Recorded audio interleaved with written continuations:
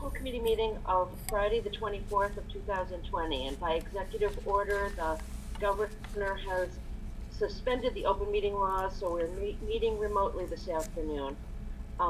I just want to announce that all members are participating remotely, and we have Bill Buckley, Mark Green, Kristen Cyrak, Shauna Hearn, Carrie Denizio, and myself, Nancy Gallivan, here. We also have Superintendent Dr. Bridget Goff, Assistant Superintendent William Hahn, and Mr. Frisha, the business manager, on the meeting this afternoon. This is an unusual time for the school committee to meet, but it's the one that best coincided with our various vacation schedules.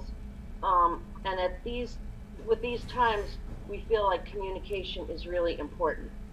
Since every school committee meeting is followed by an extensive email outreach, we know that the information that we share today will reach most of the families in the Walpole Public School community and the greater community at large. We want to remind ourselves and the public constantly that there are so many decisions to be made, and today's information is in the preliminary form. Things will change at various points during the year, and hopefully some of it will be for the positive. But it's important for us to communicate with students and families regularly throughout. From a technical point of view, as I have said, today's information is preliminary, and it will cover the submission that must be made to the DESE by next Friday. More definitive information will be submitted to the state by August 10th, and we will have another school committee meeting on August 6th to share that information after it has been fully developed. Before I turn this over to Dr. Goff, we just want to thank her for working effectively with Melissa Ranieri, the health director in Walpole, with Jim Johnson, the town administrator, and Kathy Garvin, our head nurse, and also with the teachers union leadership and all of the Walpole Public School administrators. It's been some frustrating and challenging times.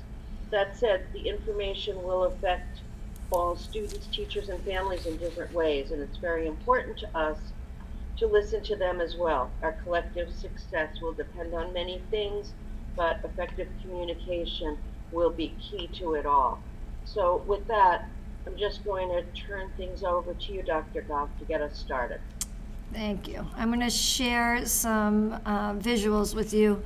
I thought it would be helpful instead of hearing me, obviously talk through all of this. So give me a second while I put you all on my side screen, and we can take a look at this. So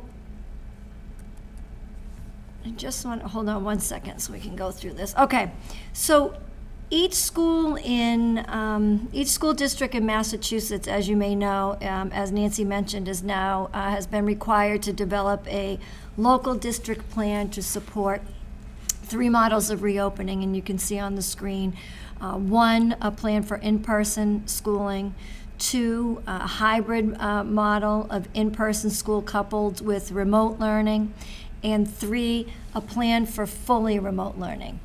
So the Department of Elementary or Secondary Education, or as referred to as DESE, has required each district to perform their own analysis of scheduling, safety, operational, and instructional responsibilities for these 3 modes. And that includes a pressure test to even determine space constrictions related to the social distancing parameters that are outlined in its guidance.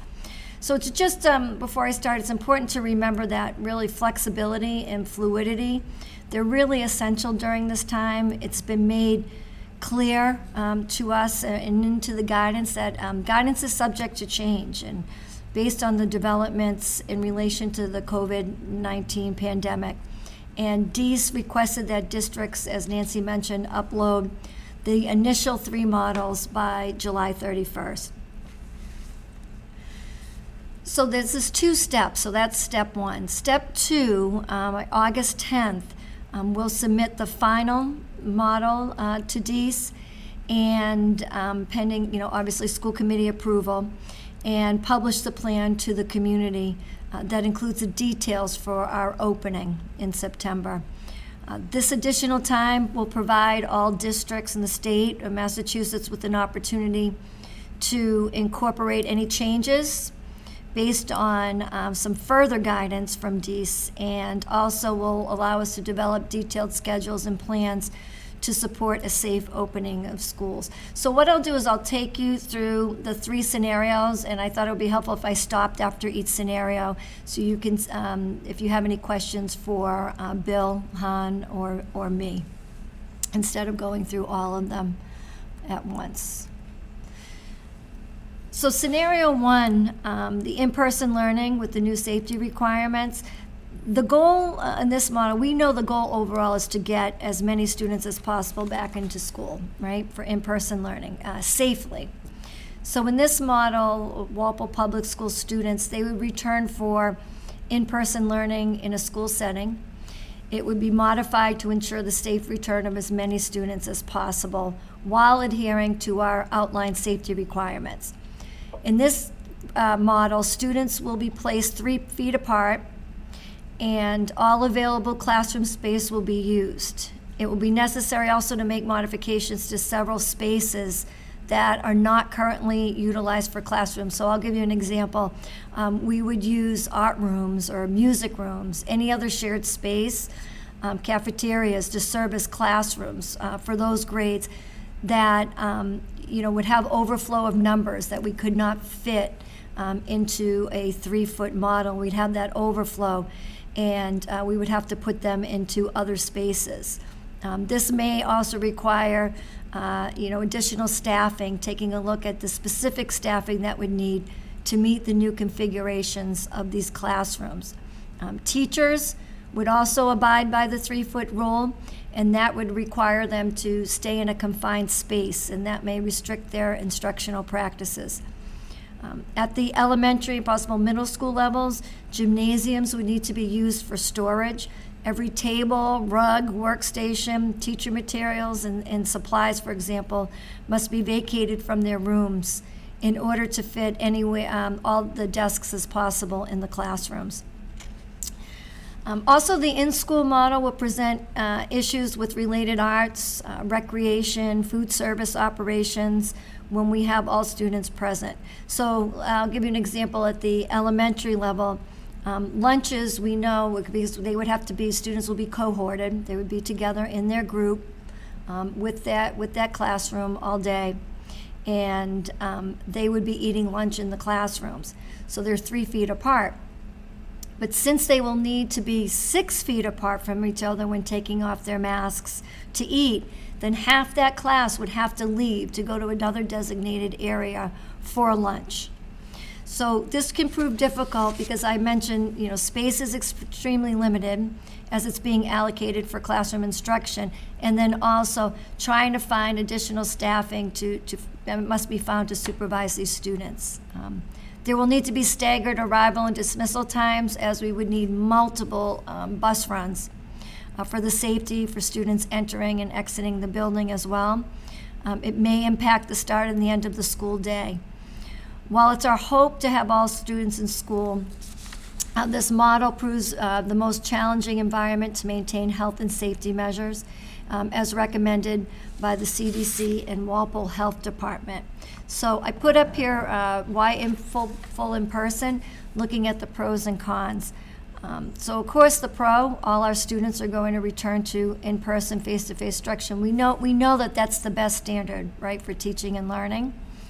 And what are the cons? Well, we have 3-foot distance. That's less than our CDC recommends. Our Board of Health recommending that they recommend 6-foot spacing for students' desks. Bus transportation, I mentioned, that will likely increase our route needs. And then also our program offering our specials. I mentioned food service. Now it may look like the deck's stacked against this full in-person because we only have one pro, but it's important to remember that that's the standard, right? That's the gold star. That's what we want. It's our hope to have all students in school. We know that this is it. Academically, social, emotional. That is the pro. But we needed to present the cons as well. Any questions before I go for Bill or me before we move into the hybrid next model?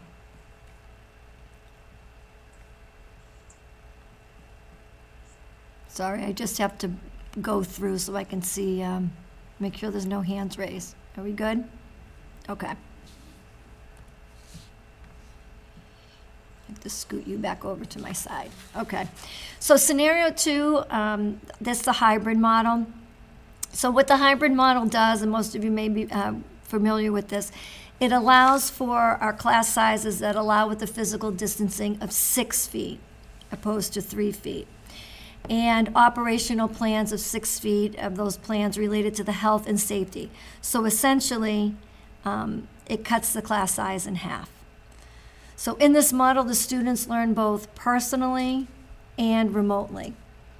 Walpole Public School students will utilize this option in the event we are unable to bring back all students to school under the health and safety requirements despite our best efforts, or in the case of COVID-related circumstances. I'm just pausing because I just saw that Nancy's computer is restarting, so I'm just reading her comments, so hold on one second.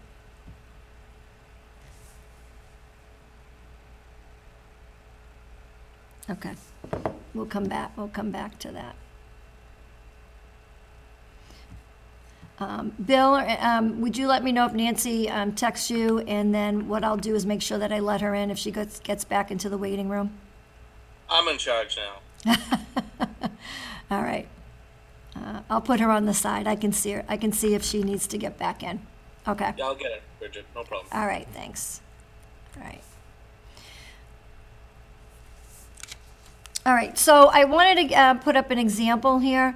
Might be helpful to see, for you to see a visual. So in this model, what does it look like? Okay, students will be assigned into cohorts and they'll alternate. Again, this is just an example between in-person and remote learning opportunities on a regular schedule. So in this example only, students coming to school would be divided into 2 cohorts. So students in this mode of learning, they'll attend full school in person twice a week, so you can see that, and that days will depend on the cohort assigned, and engage in full remote learning twice per week. On Mondays, in this case we put Mondays, educators will meet with all of their students in a shortened and combined remote synchronous meeting.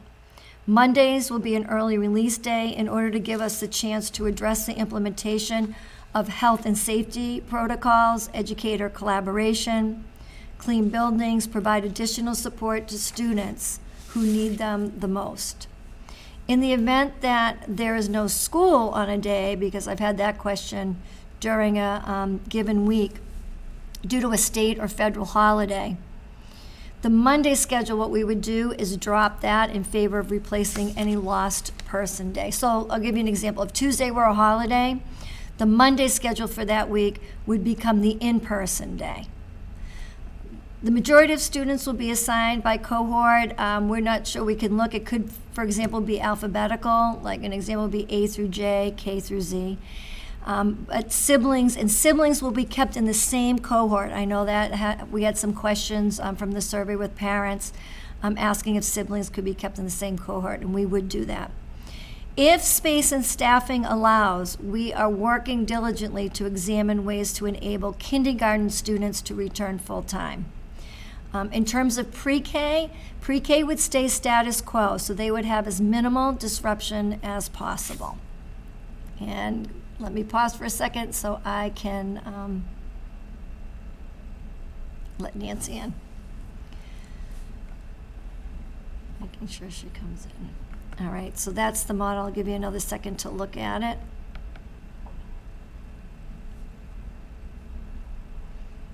Hi, Nancy, you're back.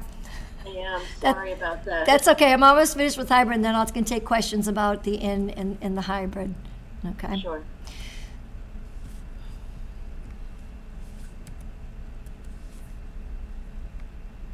Okay.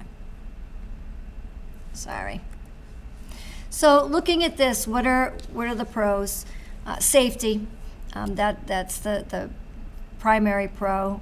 6 foot spacing will meet the CDC and also the Walpole Health Department recommended guidelines. Students can attend both the in-person and the remote learning model so that we have this continuous form of learning. our schedules and program offerings, like food service operations, would be able to operate as close to normal. So if you're 6 feet apart, you're in a classroom, you're eating lunch, you can take off your masks and you'll be able to eat lunch. That's just one example.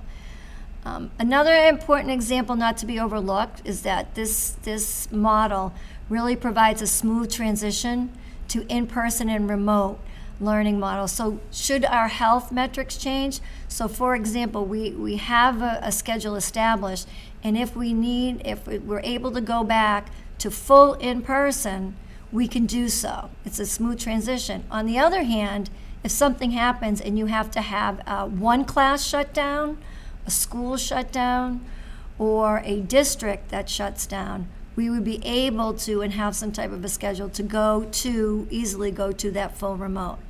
And it also allows a flexible intervention model for high-need students. Now, the cons, we know it's disruptive for family and childcare.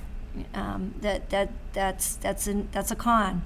And also, it's going to take some time coordinating the coherence of in-person and remote instruction. It does require some resources, some time, and PD to align the goal to make sure we have this seamless delivery. I do want to just repeat about a couple of things in terms of the hybrid model. Like I said, we are working to try to get all K back in full-time.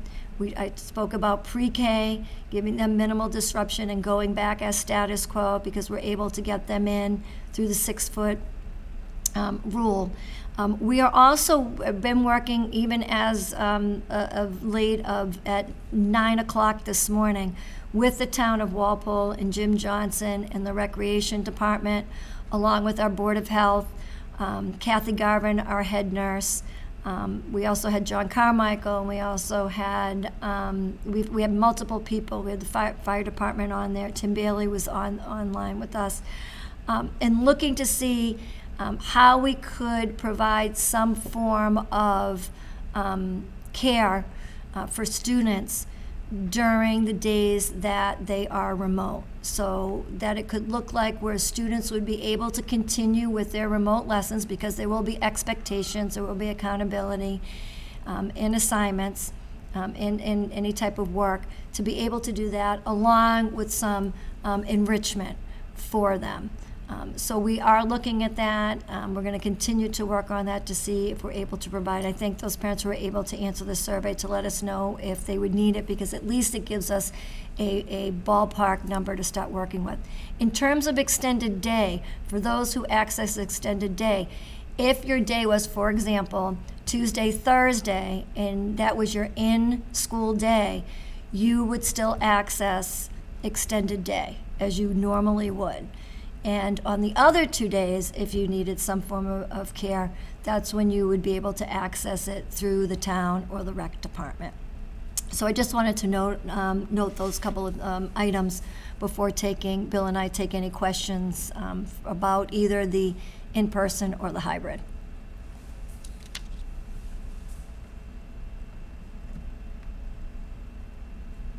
Or comments. I can't see everybody, so just speak up if you have a question. I see Mark. Nancy, Yes, go ahead, Mark. so I just want to cut right to the chase. So it would seem that the hybrid model is the most likely outcome for us, correct? Well, I have one more model to go through, unless you all Okay. want full. I do like the purpose of being on camera right now is to cut to the chase. So I do like where you're going with it, Mark. I certainly feel that way. I as much as I was encouraged by the possibility of 3 feet worth of distance and maybe getting everybody back into school, weighing that against the health options, I just don't think that that's a fair thing to do. I think that that it's taking too great of a risk. Massachusetts has done a great job, and I'd love to see us avoid a second wave. So yeah, I think, in my opinion, I think we should go towards the hybrid model. And I didn't start out that way. Nancy, through you, Yes. if I may, and just to point, just looking at these two, I know we still have to talk about the remote learning model coming up, but it seems like the hybrid model would present families with more of a education environment that they're used to. It sounded like in person would require some room adjustments and really make the day logistically tough for everybody. Well, that's a good point, Sean, because the in-person idea with all the students back would feel very different. Students would have their one area. If you're thinking about elementary kids, students would be in one space all day long, but that space might not be a classroom. It might be a portion of the media center that got created to create space, and it wouldn't allow for the interaction with the gym teacher or the art teacher, or so there would be noticeable differences. You're right that it's not fair to say that if we were to be able to bring all the students back, that it would feel like it did this past September, for example. Yeah.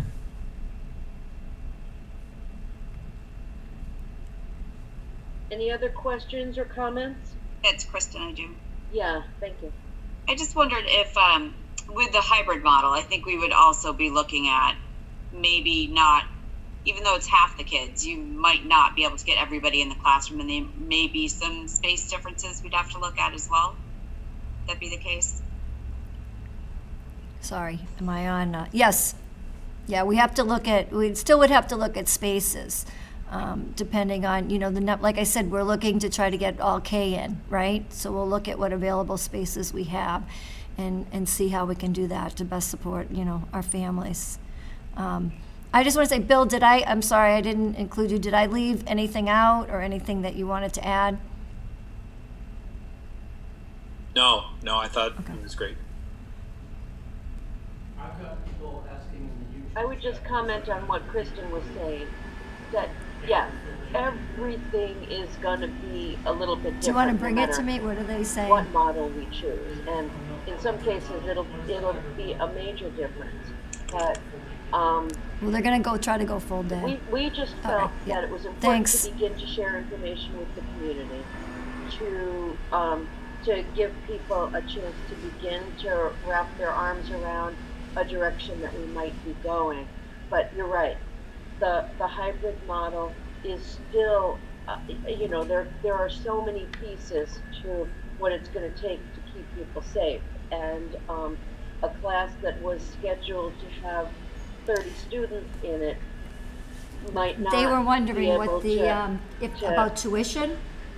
have those 30 students. We might have to create another section, and we need some time to do that too, or the staff needs time to do that. But yeah, there could be other changes coming too. Through you, Nancy. I Yes, think Bill. another thing that kind of came up in our discussion here is I like the versatility of the hybrid model. I mean, for all we know, God forbid, October the governor could have to shut everything down again, as he did in March, or likewise, if there's a vaccine, other good things happen, we may be phasing into a full in-person. So I think this creates, I think to Sean's point, a greater sense of normalcy in some cases, but also like allows us to plan and put the bones in place to be. I just see the hybrid model as allowing us to be the most responsive to the needs of all of the people in our community as well. And so we as a school committee traditionally go through the buildings at the beginning of every school year and kind of check them out as we've done for like generations. But I can't even think about trying to repurpose things to the level of a 3 foot every person in the building need there. So I think the hybrid model really kind of gives us the breathing room and allows us to respond to things we cannot possibly think of or foresee today in July or next month in August until we get in the door. Yeah, I agree with you. And I also think that what you alluded to is the safety piece, that, it's just so important to have the support of the health department and the CDC behind us. And they're the medical community doesn't know enough about this virus. So, I think we have to defer to that. The other thing that making a decision, and just to be clear for people that may be listening, we're not making a decision today. We're giving you the preliminary information about the way we're leaning. A final decision will be made at the August 6th school committee meeting. But we want to give the staff time to really think this through as much as possible. A lot of the feedback that we got from the survey that was done at the end of June is telling us that it really needs to be authentic remote learning on those remote days, and that it was a lot of great intentions in the spring, but we're really hoping that if we give the staff enough time, that the remote days will be far more meaningful. And in some cases they were wonderful, but in other cases I think that it was just overwhelming for families and for teachers. So giving some direction today will at least allow people to begin to think, whether they're parents or whether they're teachers, about their part in making this successful.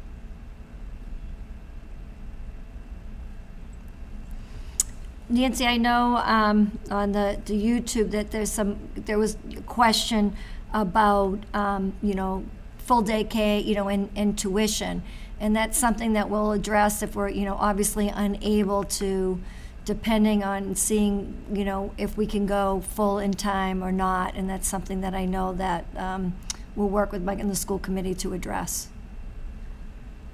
Yeah, and while you're mentioning that, Bridget, you might just as well say that we're sort of thinking about process, and one of the pieces of the process is that you intend to do a Q&A when, after the final submission is made to the DESE, which is, it may be sooner, but it'll be definitely by August 10th, and you'll know a fair amount that you'll bring to the August 6th school committee meeting.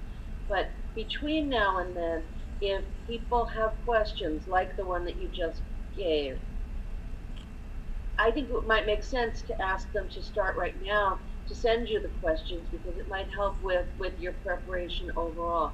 Does that make sense? Yeah, absolutely. They can send it to me, they can send it to Mary Mortale. She can create a Google Doc, and we can create a list. So then after the final plan is released, and families have had time to read it and process it, we'll do Bill Hahn and I will do a forum. We'll probably do we're going to do one that's separate, elementary, and then a different one for secondary, to be able to answer questions. I think that's great. And in the meantime, people can just send their questions in, and that'll begin to. I don't think people should expect answers right away, because the volume of work that it takes to submit this information and to work with all the people involved means that first the administration has to do that, but they will be looking at the questions and will be ready to answer them soon after the 10th of August. Right. Should we turn it over to Bill for remote learning? Sure, that's good. Okay. Oh, you're on mute, Bill. Sorry, there wouldn't be a good meeting if you didn't have to tell that to somebody. The third model is the remote learning model, and something worth noting that was already said here is that even if we're leaning towards a specific model, or even if we see advantages to the in-person or the hybrid, it's important that everyone has a good sense of what the remote learning model is, in case we're in this scenario later in the fall, or even just with a single classroom. Some of the similarities with the remote learning model remain the same as we experienced in the spring. all students 6 to 12 would have access to a Chromebook, and students K to 5 would, they'd have a Chromebook, and students K to 5 would all have access to a Chromebook. We're still discussing details if we would send Chromebooks home to every family or just provide those to the families that need them. At each grade level in a remote learning scenario, students would be assigned synchronous learning schedule that would be tailored to the age and their level. For instance, students in high school would follow a remote learning schedule that would be modeled on a traditional rotating schedule. Students in elementary school would follow a schedule that is modeled off a typical elementary school day. In other words, there'd be morning meetings, time for literacy, math, specials, etc. In addition to the synchronous opportunities in the synchronous times, we would provide, and teachers would provide, asynchronous learning opportunities that would be combined with small group sessions and support for all students. During these schedules, teachers would take attendance and they would track participation to ensure full engagement. That is worth noting and stressing, as that is a very clear direction from DESE and something that Walpole Public Schools thinks is important, that would be a change from the spring. Attendance would be something that we would take and expect students to attend. All curriculum would be aligned with state standards, and teachers, of course, would continue communication with families and guardians. A more robust model, this would require a more robust model that was offered in the spring, and we'd have increased expectations for staff and students, especially when it comes to synchronous learning. You want to go to the slide with pros and cons? We know that each of these models has their pros and cons. The remote learning, we believe, probably offers the safest model from a health perspective, as students can be in their own home. And this does provide still some potential flexible learning schedule. Although we will have increased requirements for synchronous learning, the asynchronous work could be done on a student's schedule that works with their family and their home responsibilities.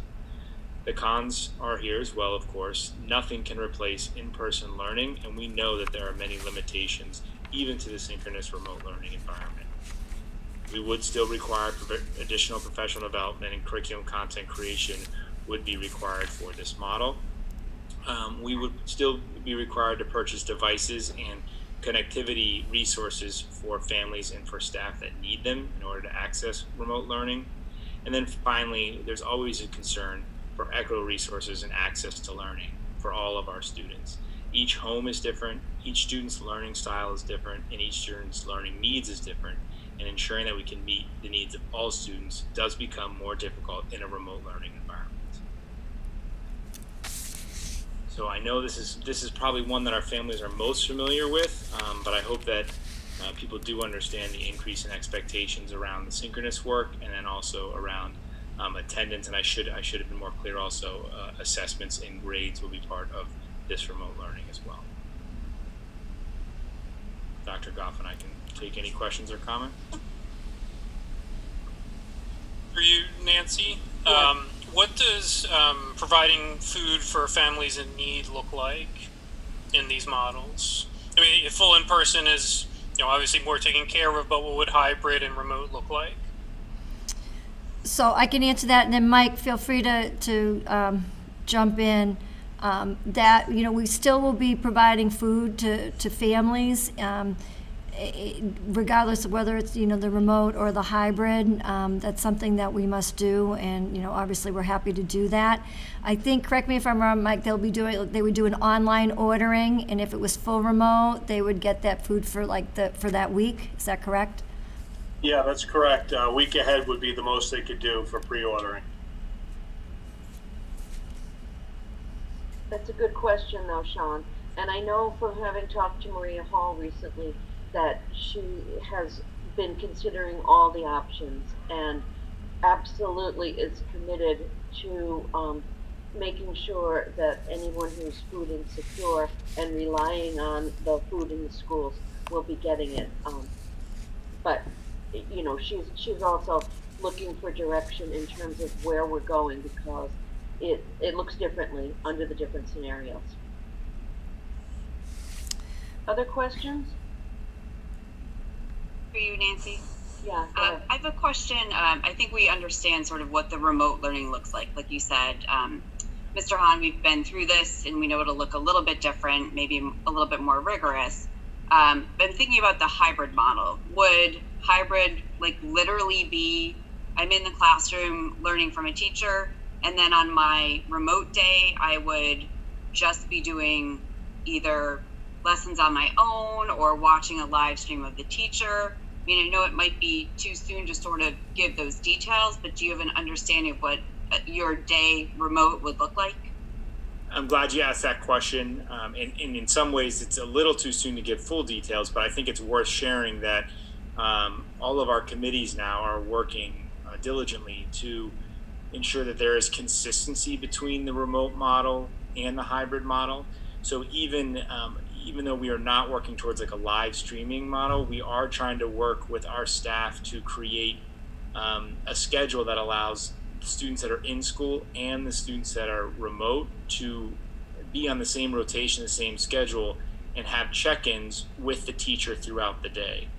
That requires more detail, and that's the sort of detail we'll get into in more August, and August 10th when that is due. But I think it's a great question that you asked, and important to point out that that is one of our priorities, and that goes to what we talked about earlier. So that if we do transition from hybrid to remote, there's consistency, and that also, if we're in the hybrid model, those students that are at home will have expectations about being present remotely in school. So thank you for asking that. Nancy, I have a question. Go ahead, Carrie. This might switch gears a little bit for us, but because Bill noted rightly that remote learning is, the safest, objectively the safest option. If we're looking at hybrid, and maybe Mike, you can answer this, maybe you can detail the safety precautions that are going to be taken, equipment that we've procured. How will we assure families that even going to school just a couple of days a week is safe for their kids and for our teachers? So if we talk a little about PPE, we've purchased a lot of masks for adults and students, and that's an ample supply to provide for every child. We have gloves, disinfectant, wipes for every classroom. We just received 7 more backpack disinfecting sprayers, electrostatic sprayers for treating the schools areas, ensuring that 6-foot social distancing, also making sure that we have the equipment in place to ensure that. We have plexiglass shielding that's been installed or will be installed in all 7 schools. That's for the common areas such as the main office, the cafeterias, places where adults and kids may kind of come in contact. So we've had a lot of COVID funding available from state and federal governments that we've used to purchase all these PPE and other equipment protections for our students throughout the district.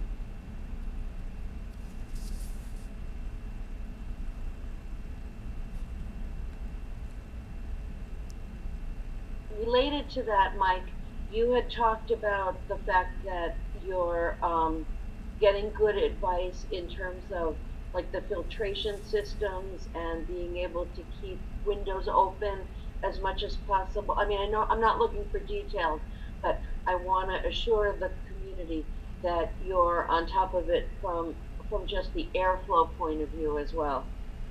Yes, great question. So I've been working with Don Anderson, the building superintendent on the town side, who handles our facilities, and we work very closely together looking at the spaces and what we can do for specifically that filtration. We've established a baseline of filtration that we currently use, and we're looking to incrementally increase that as high as we can go, given the, in some cases, antiquated equipment that we have. We want to put the best, most efficient filtration in there that our existing infrastructure can handle without compromising the equipment that's currently in place. So we're looking for the best, and I'm waiting for an answer from Don Anderson about what is the maximum filtration we can use in all of our buildings, regardless of the type of equipment. And that just made me think also of the quality of the cleaning products that you're planning on using. People may ask, for a while ago we had moved to all green products. Obviously you're paying attention to health guidance in that regard as well, correct? So yes, I did ask that exact question.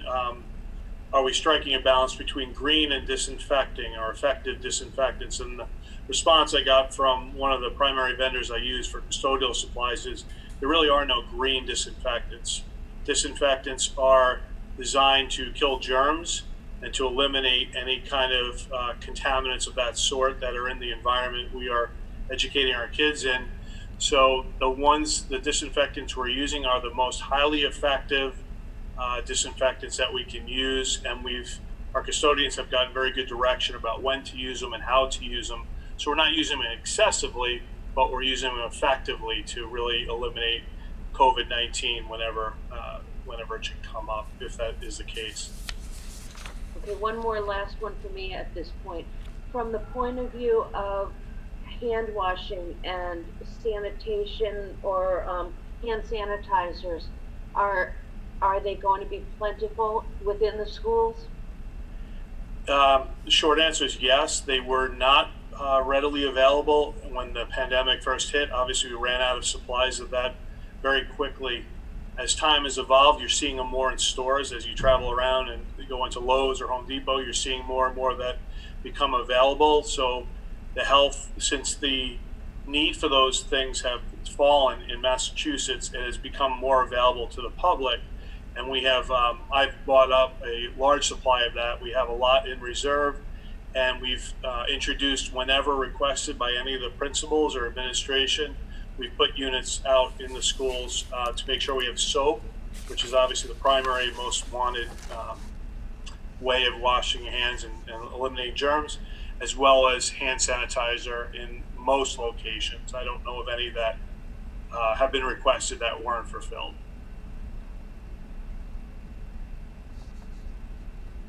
Thank you.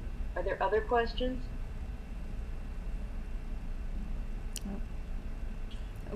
If not, Through you, I have- Nancy. Oh, go ahead. Go ahead. Just a quick one, staying on the topic of cleaning. When could parents, or when would they expect to have classrooms and such cleaned? Like, would there be a schedule developed? Just trying to, if kids are in school, provide them confidence that, they can feel safe.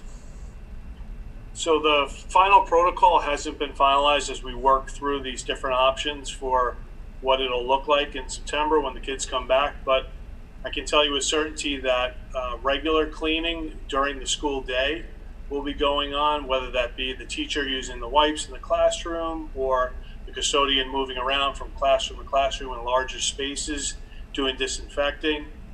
We have our backpack sprayers that do larger areas with the disinfectant. It's very effective.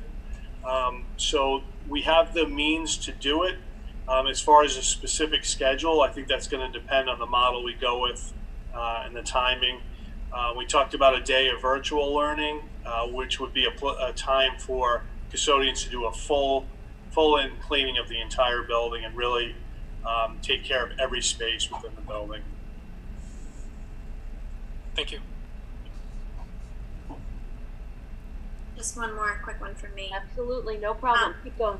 When we talked about prioritizing kindergarten students to attend in person, are we talking about 4 days a week or 5 days a week?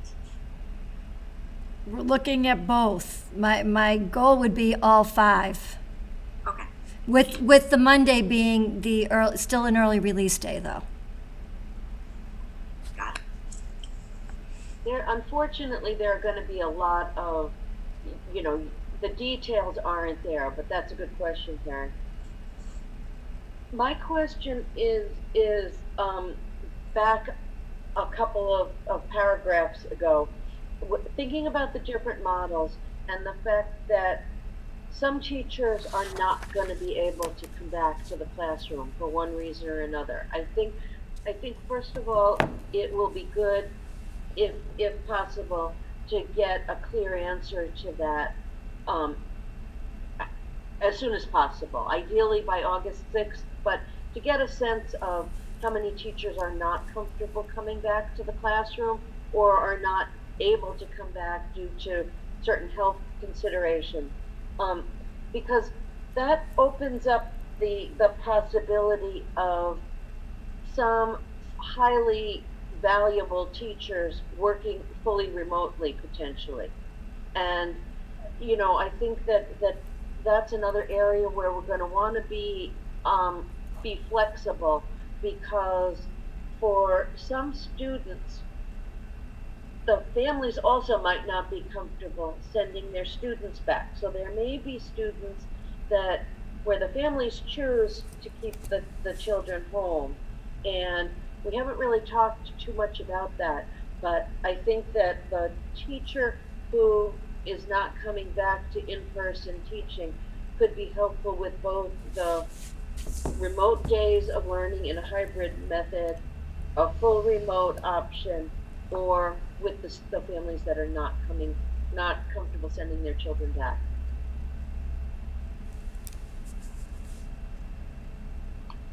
I mean, those are all great points, Nancy, and we've been gathering that information, and as we have a final recommendation of what we are going to do in the fall, the consideration of our staff and who can be there and what families will want to keep their children remote will all be,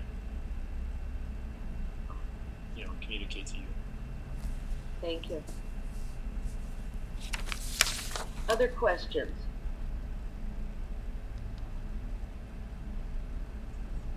Through you, Nancy, you mentioned families that might want to keep their children at home.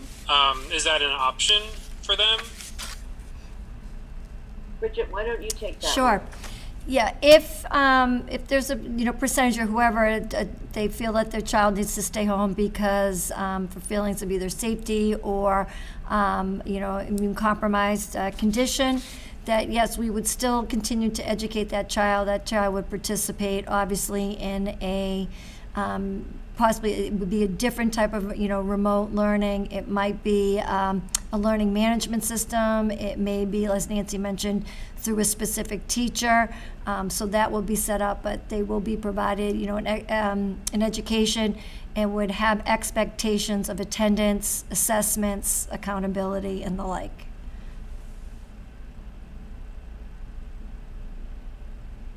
So that leads me to two things. One is that we're going to need to continue to do a lot of two-way communication with families and with teachers, because I think that one of the things we've learned is that there are families on the fence. They're trying to learn more about what we're planning to do, but they're not willing to commit yet to sending their child back. So hopefully people find this helpful in terms of a first step, but we're going to need to continually hear from staff and families about what they feel comfortable with. And if students are being taught remotely, I lost my train of thought.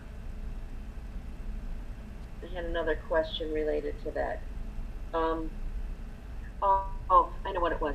I think at a certain point, you're going to want to know that they're committing to that for a period of time. That, in other words, you can't be for the first week of school and then change. So what's your sense about that part of it? If a family wants their child to not attend school in the beginning, how long of a commitment do they have to make?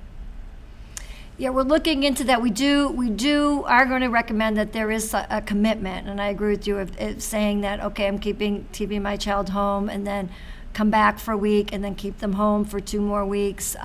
That's going to really create inconsistency for the child.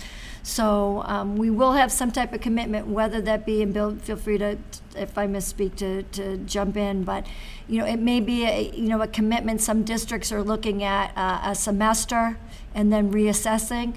Other districts are looking at it for the entire year.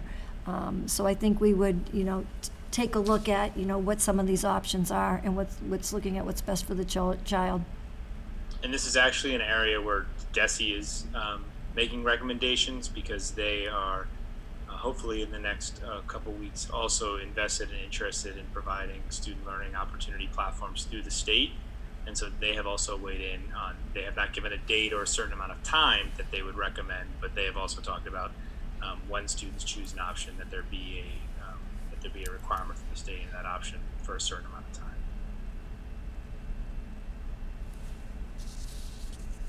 Bridget, I know you have a little bit more to present. I do. But are there other questions before Bridget moves off of the 3 different options? We can always go back to it, but why don't you just continue Okay. with the information you want to present? Thanks.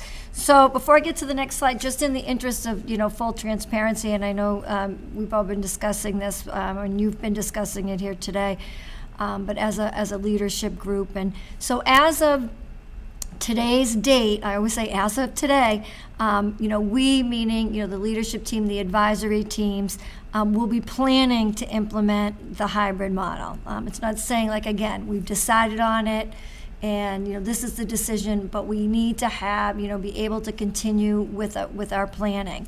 So we're going to continue with that planning implementation of the hybrid model. And, really after reviewing all 3 models, soliciting feedback from all different stakeholders, and, working with other districts across the state, we really believe this is the best model at this time. The hybrid model of learning allows for class sizes that allow with our physical distancing goals of 6 feet and our operational plans with health and safety, meeting both the CDC and the Walpole Board of Health recommended guidelines.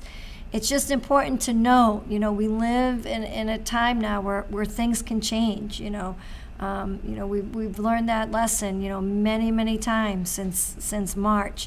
And, you shift, and we have to be able to have these plannings, but we figure with the hybrid, we're planning for all contingencies here. It allows us to shift to that full if we need to. It lets us to shift to the full remote if needed, and we have a shutdown.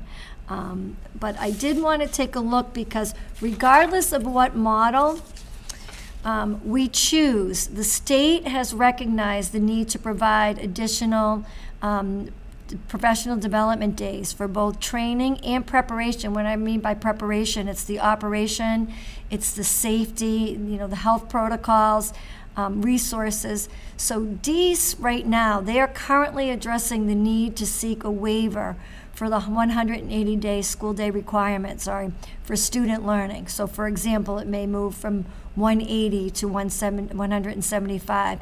In order to give staff, we're looking at, these 5 additional days for training and preparation. So what I'm proposing is that schools would open for students starting Tuesday after Labor Day. And then following Labor Day, what would happen is we would commence with that in-person learning using that hybrid model as you see there. So day in, remote, day in, remote. So that would be that Tuesday, Wednesday, Thursday, Friday. And that way you'd get that week in. And then the following Monday, which is September 14th, that would be a full staff PD day in order to address the implementation of all the health and safety protocols that happened throughout that week and to review the first week of school. And then we would go into our full regular schedule, as regular as can be, this hybrid model. What that does, and you may say, well, what happens to the other 2 PD days?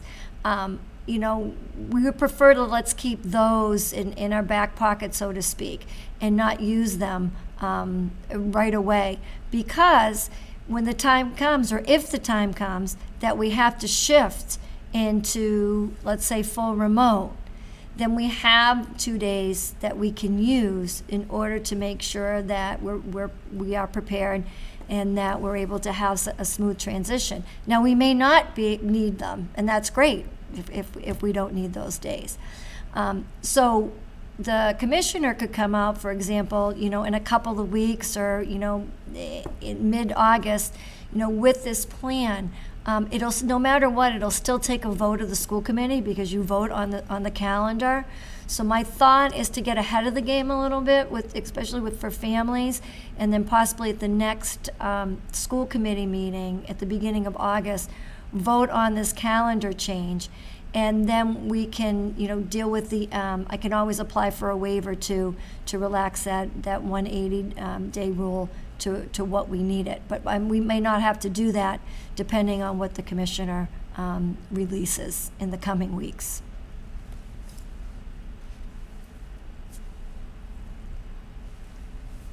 Okay, so looking at this chart, I feel like there's a lot of information for people to digest. Correct. I think that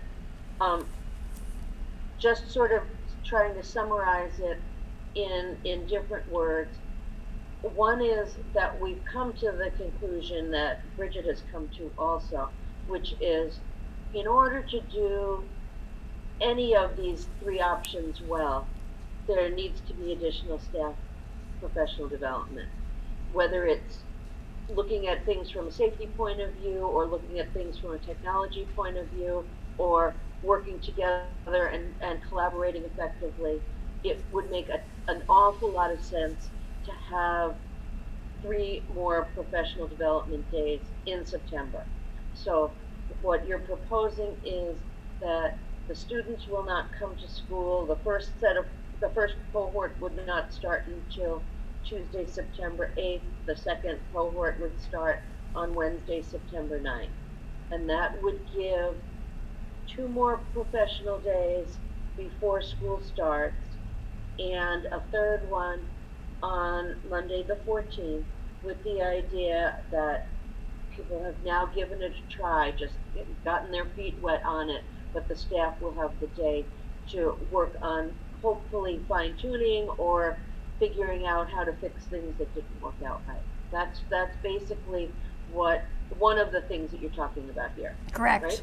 Correct. The other piece of what shows up on this chart is that students will be divided into cohorts. They'll either be cohort A or cohort B, or the blue team and the orange team, or however you decide to divide them up. And the way you're proposing this is that, and while I'm thinking about it, we're not voting on this today. We're talking about it, again, just to get the information out to the community. We will vote on it at our next school committee meeting, which will be on August 6th. So in between, and Mary will make sure that this was clear in her minutes, but in the time in between, we are interested in feedback from the community about the change in calendar. On the other hand, I think the only way of being successful is giving the staff some more professional development time. And I think that what Bridget is saying is the superintendents have already approached the commissioner on the idea of potentially adjusting down the number of student days so that we're not at this point talking about adding on days to the end of the school year. We would just be talking about reducing the number of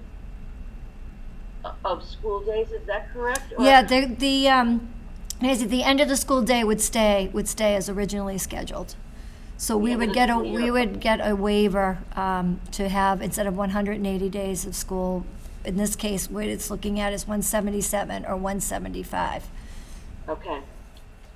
So that gets us to the idea of families will learn in August, as soon as the plans are more fully developed, that their student is either in cohort A or cohort B from the point of view of this chart. And then what happens is the student attends school either on Tuesdays and Thursdays in person or on Wednesdays and Fridays in person. Right, and that was reflected in that when we talked about the hybrid mode and that chart. It was like blue and orange. And can you explain the Monday portion of this chart in general, Bridget? Yeah, we explained it. You might have lost connection at that point. Okay. Yeah, so we explained that why that Monday would be the early release. It would have the remote synchronous instruction, and then the remaining 2 hours for educator collaboration, and also to make sure that they are staying up to date with the health and safety protocols and the implementation of all of those protocols and operations of the building. Sorry, that must have been when I was rebooting my computer. Yeah, that's okay. And the one thing I would add to that is you would eliminate the half days on Friday of the original calendar because they would take place on Mondays, correct? Correct. Okay, thank you. Questions about this particular slide? I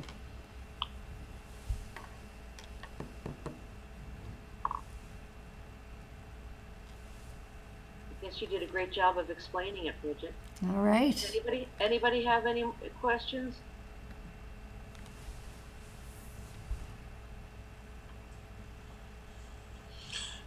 Through you, Nancy, not regarding the slide, but just in general, and the decision is going to be district-wide, right? We're not thinking of doing anything per school or grade level or anything like that.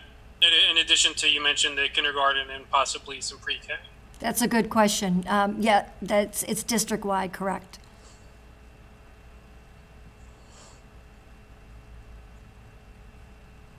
Carrie, go ahead. I guess I would just like to say that, we don't have a perfect solution to the problem that's facing us. And I think, every single person wants to see the kids back to school as normal.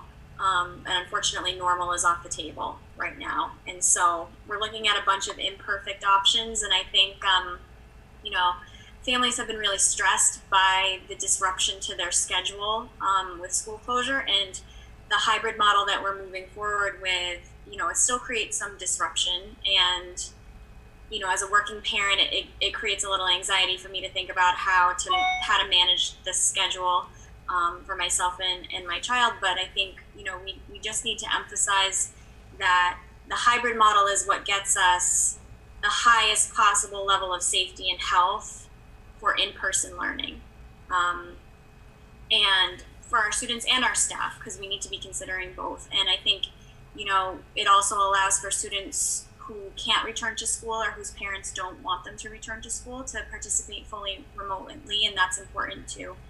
And so I want to say thank you to Dr. Goff and your team for being so thoughtful in creating and evaluating these plans. And I'm really confident that we're going to end up with, the most perfect, imperfect solution that we can. Good point. Well put, Carrie. Other thoughts? Through you, Nancy, just another question. So we're meeting now, and we've mentioned that there's going to be a meeting on August 6th. What can the community expect between now and then as far as communication or information? And what should, are we asking them directly to help us out in any way? I think the first thing that they can expect is to get a really good summary from Mary, because, this is such an unusual meeting time that we're counting on the minutes to go out and being a strong way of communicating. But beyond that, Bridget, are there things that you're looking for from the community? Well, what we're going to be doing is working with our advisory team to just create specific, start looking at the schedules and dividing them up by, they're doing now by grade level, right? By level, elementary, middle, high school. Between now and which is not a lot of time, is taking a look, and what my charge is writing the actual, working with the team to write the final plan. Things change, but the actual plan, if we go hybrid model and that's voted on by school committee, to get that together in order to submit to the department and then release to the public. I think after the plan, when we write the plan, is to get the feedback from the community to make sure that if they have questions that we're able to ask them and assist in any way. I think also to your point, Sean, when we start looking at items, things like through the town for childcare, for instance, to put that survey out and to find out, like when that comes out, to answer that and to see if we need it. So we need to get some hard numbers on this to see what we're able to do and how we're able to do this, dependent on the numbers for that cohort. We'll also be, getting questions out. I'm sure Mike Frisch will be getting questions out then about busing. Based on that, looking at when school committee, votes on the 6th about the hybrid model, are you going to send your child on the bus? I know the commissioner and the guidance has come out to, because space will be, limited, that if you're able to carpool or you're able to get to school by other means, that's some of their recommendations in order to reduce multiple runs. I would add on to that a couple of things.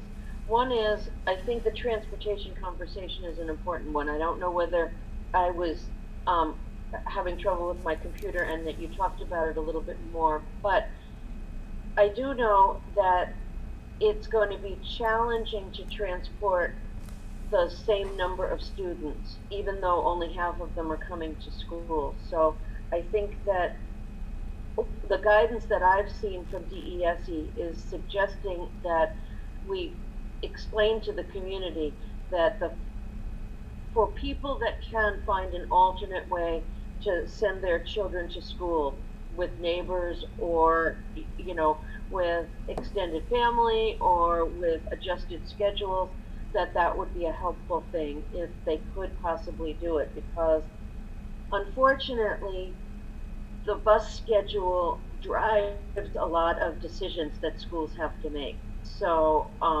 in this particular year, it would be helpful if families could be finding alternate ways of transporting their kids.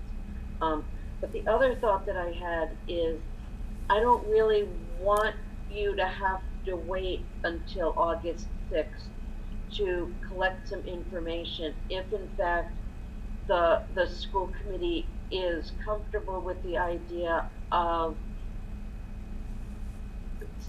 stating that yes, we're still in preliminary phase, but from my point of view, I think that the hybrid model is the one that makes the most sense. And I would like to see you collect information about both the daycare needs and the transportation needs of families sooner rather than later. I'd also like to see you collect information from the teachers about who would be not able or willing to come back to work during that model. So I guess I would ask the other committee members, we're not committing to it, but do you feel comfortable giving the administration the guidance to go forward with those particular examples? How about thumbs up or thumbs down or thumbs sideways? That would be great, thank you. Okay, yeah, because time is important, and yeah, I think for a variety of reasons that would be good. So don't hold off on those things. I think it'll help all of you to, and I know that there will still be people who say, I'm still not sure, but I think that the information that we were trying to give today begins to give families a picture of what it's going to look like. And I think you'll get better feedback based on today's meeting than you have up until this point. Right, and Mike, feel free to jump in, but I know that, when we left our meeting with the town this morning, that Devin was going to communicate with Brendan from the rec department in order to start getting specifics nailed down so we can provide, that information to families.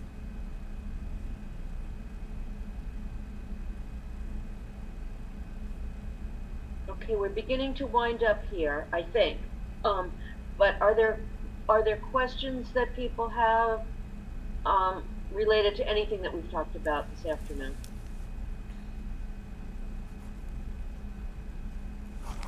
Bridget or Mike or Bill Hahn, how about you guys? Anything that you didn't cover that you wanted to? No, just as a reminder, what I'll do today is when we get the school committee minutes together, when Mary sends that out, she'll also send a link to a letter that I'll get out to the community, pretty much what we just, had discussed. And that way, at least people can go back and just refer, just at least to the process and, the rationale as to why we're planning on this hybrid model. So they'll be able to get that and then also access the school committee minutes in the same email. I just thought of two other things that we should mention. One is athletics is up in the air right now. I know that a lot of student athletes are interested in finding out whether their fall seasons are going to happen or not. As I understand it, the preseason has been postponed until September 14th. The one thing that I would say, and I know this is really hard for high school students, but any social distancing that you do will affect that you do or don't do will affect the ability for a season to happen, because all it takes is a couple of kids to test positive, and it will make other teams reluctant to play your team. And it's just something to keep in mind, because we see it in professional sports and all over the place, but we don't have definitive information about athletics right now. And then the other thought that I had was to just remind people that once they listen to this or read Mary's notes, there will be questions that people have, and it's a good time to start sending them to the do you want them to come to you, or do you want them to come to the school committee, Bridget? Well, if they come to the school committee, I would probably see them either way. It doesn't. Maybe it would be good school committee, because then I'm CC'd on it. So Okay. That would help, and then we can collectively see everyone's thoughts, and then can organize them maybe into categories. And just so that people understand, it's questions that answers will not be developed immediately. They'll be developed after the full plan has been submitted on August 10th. So there will be plenty of questions, but we won't have all the answers right away. Through you, Nancy, will we be addressing some of the questions at our August 6th meeting? I would love to address the ones that are able to be addressed at that point.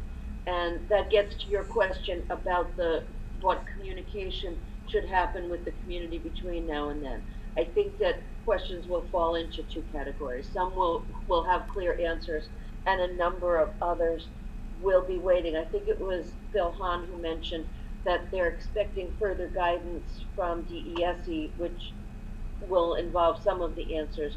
And there'll probably be at least two sets of guidance that come out between now and then. Nancy, I just wanted to mention as well, of course, we welcome any questions that the community members have to reach out and to ask us those questions and not to wait.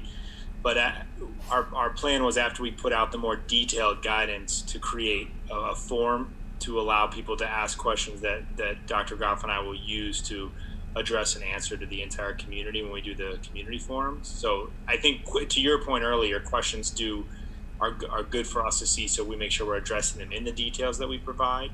But if people weren't sure if they wanted to ask a question or wait, we will be creating a form to allow people to send questions in as we send out more details. If people aren't sure if they want to wait, that's what we will be doing later on. Okay, great. Other thoughts or questions? Mark? I'd like to make a motion to adjourn. You know what? I have two things first. I'm sorry, but then I'll be right back to you. I got a text from our fellow school committee member who just finished up her term. When I was talking about athletics, Beth wanted to point out that this is a health crisis that we're in. I was not by any means suggesting that athletes try to hide any symptoms if they're feeling ill. it's super important for anybody who is an athlete or any other student for that matter to get tested if they're not feeling well, and that it's not a good idea to pretend to be well or to lie about symptoms. That we're unfortunately going to have people that do test positive, and we're relying on each other as a community, to be honest. So that was one statement, and I just wanted to sort of summarize before we finished, in case that's somebody's learning style. But I guess the basic summary is we're leaning towards a hybrid model that would have students attend school 2 days a week and have remote learning 3 days a week. There are potential daycare solutions for the young students and families that need it, and there'll be some outreach from the district about daycare and transportation in the fairly near future.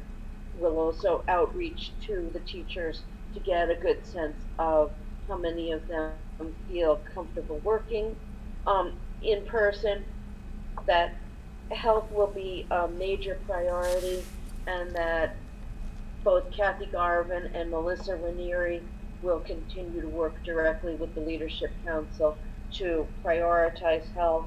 And then the last major thing that I'm noting is the fact that we are considering a change to the school calendar, which would mean that students would not start school until either Tuesday, September 8th, or Wednesday, September 9th, and that Monday, the 14th of September, would be a day off for the students, a day for the staff to work together as they've implemented a week's worth of program. Does that pretty much cover it? Any other final thoughts? Okay, Mark, thank you. Second.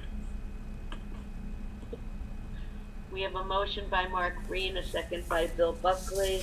I will do a quick roll call vote. Mr. Buckley? Yes. Mr. Breen? Yes. Mrs. Denizio? Yes. Mrs. Cyrek? Yes. Mr. Ahern? Yes. And Ms. Gallivan, yes. Thank you, everybody, and we will prioritize communication. Thank you to the administration for all the work that's done to this point, and stick with us. Bye, everyone. Thank you. Thank you.